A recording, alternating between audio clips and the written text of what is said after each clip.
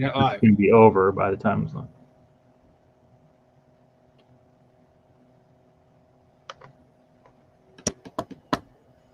Hey.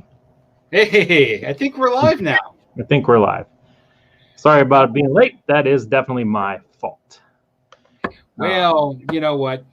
To anyone who's watching out there, sorry. Yeah, so, in lieu of, like you mentioned earlier, National Coffee Day, which was yesterday, and I had two. I don't know how many you had, but I think we should talk about that today. I think we should talk about there might be 5 people that we wouldn't mind sitting down having coffee with. Yeah. And a little bit on why that matters and why it could help you in the future. And I have a long list of people. I've just keep a running list, which is funny because 99% of them will never happen. But they're there, right? It's there for at least something, and it's the people I really follow the most, and the people that are influential to my life, moving forward and currently. So, but yours are good too. I think one of the ones, let's start with the first one being Billy Joel for you. And it's not business, but it's one of those things where it's the dude is just, I enjoy his music. It's even growing up.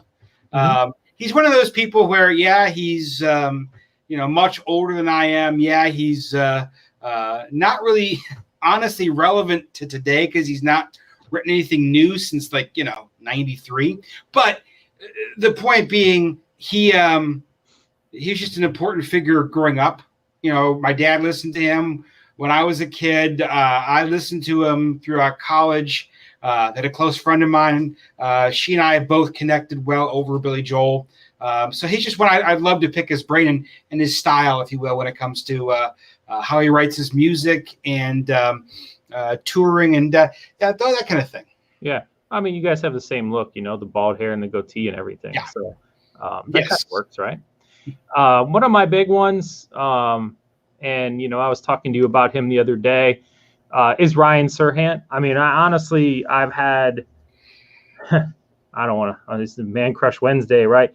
I've always kind of adored Ryan. I like his drive. I like his energy, his business savvy. To be one of the top realtors in New York City, to be one of the top in your field, in one of the largest cities in the world and dominate it, is without a doubt. Not to mention on top of that, dominating the social media markets that he handles. I might have to try to find out how to buy $1 million penthouse to sit down and have coffee with him. But, that's that's a whole nother ball game, right? So, my second one, again, because I want to pretend that I'm a foodie and I want to pretend that, I try to cook at home and everything, are Michael and Brian Voltaggio. And the Voltaggio brothers, to me, are some of the preeminent chefs in the United States. And yes, they're more driven by themselves and their food than, being kind of behind the scenes. But I do follow both of them on Instagram, and they both really put out their families and, kind of talk about their everyday lives and stuff like that. And plus their food is amazing, and I love Top Chef, so I watch them every time they're on. And, they actually inspire me to want to be a better chef. Even though I use my air fryer more than, than a cast iron skillet. So that's just me. But hey, and your next one is an interesting one because you recently found this gentleman, and, he's pretty influential as well after we started looking into him. Yep. So Craig Groeschel, he actually runs he's a lead pastor for a church called Life.Church.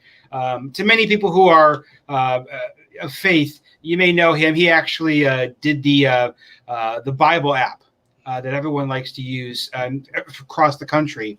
But in addition to his role as a Christian, he has a very successful leadership podcast because a lot of his principles, he manages, I think it's like 24 churches. It's a very large number of churches he has across multiple states.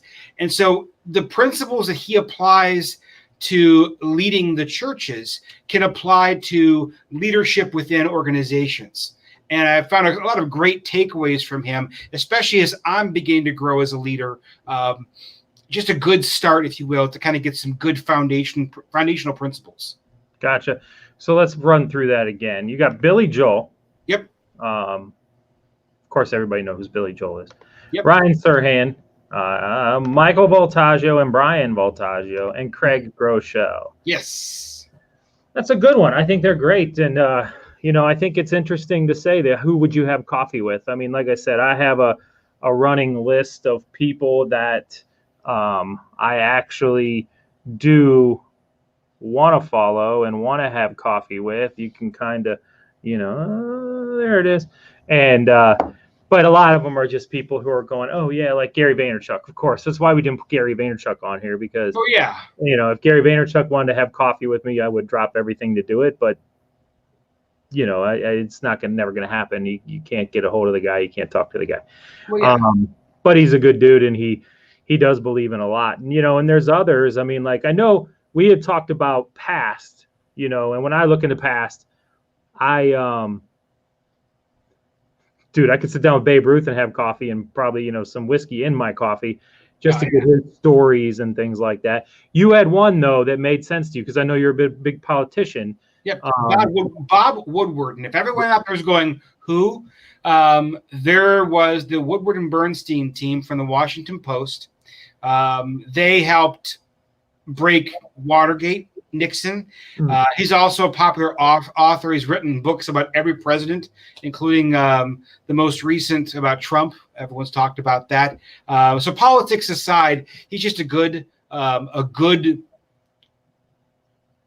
got a good politics side. He's got a good background that way. A journalist overall, right? Right. Gotcha. Right. Okay. I think that's probably, I think in addition to that, when I think of, someone who I'd love to have a cup of coffee with now is LeBron James. There you go. Especially coming from Akron, I think that's a good one. Right, because his is actually a fine line between he's a good businessman. Mm-hmm. He runs multiple entities. He's also a good athlete, and he's managed to rise above what a lot of the athletes tend to fall into. And as someone who struggles with multitasking and all that kind of stuff, I'd love to get his takes on how he does that. There you go. So, I mean, we said 4, right? But we've hit 8, I think. So that's always a good thing to have more than we have. But yep. So great. Well, hey, tomorrow, 11 a.m., we'll talk again. All right.